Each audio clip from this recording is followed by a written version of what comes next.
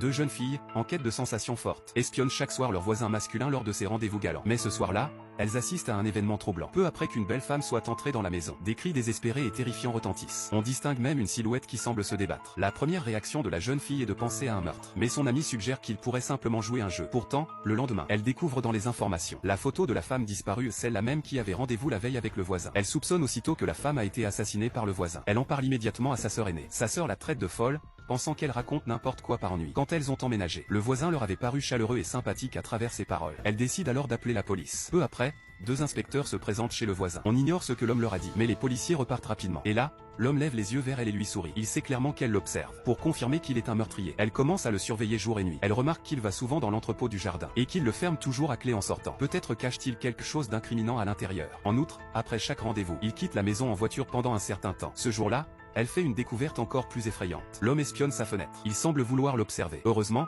elle utilise un miroir pour espionner, ce qui l'empêche d'être découverte. Mais ce qui la terrifie encore plus arrive. Sa sœur entame une conversation très intime avec le voisin. Face à l'ambiance suggestive, elle sent un mauvais pressentiment. Elle tire aussitôt sa sœur à l'intérieur, et lui révèle ses soupçons sur le voisin, qu'elle croit être un tueur. Mais sa sœur ne la croit pas. Le lendemain, elle part même en pique-nique avec le voisin. Inquiète, la jeune fille les suit en secret. Pendant la conversation, le voisin demande des nouvelles de leur maison, et apprend que les parents des deux sœurs sont décédés. À cet instant, la jeune fille voit que, lorsque sa sœur se retourne, l'homme saisit une corde derrière lui, et semble vouloir s'approcher d'elle. Mais la seconde d'après, sa sœur se retourne soudainement. L'homme range aussitôt la corde. Avant de partir, il embrasse même sa sœur. De retour à la maison, la jeune fille lui demande comment s'est passée la rencontre. Sa sœur répond que le voisin est une personne très gentille, mais elle n'a pas encore décidé s'il deviendra son petit ami. Voyant que sa sœur n'a pas encore accepté, elle peut enfin souffler. Elle demande alors le nom complet du voisin. Son ami fait une recherche en ligne, mais ne trouve aucune trace de lui. Or, de nos jours, presque tous les jeunes utilisent les réseaux sociaux. Ce fait paraît donc très suspect. C'est alors qu'elle remarque que l'homme ramène une autre femme chez lui.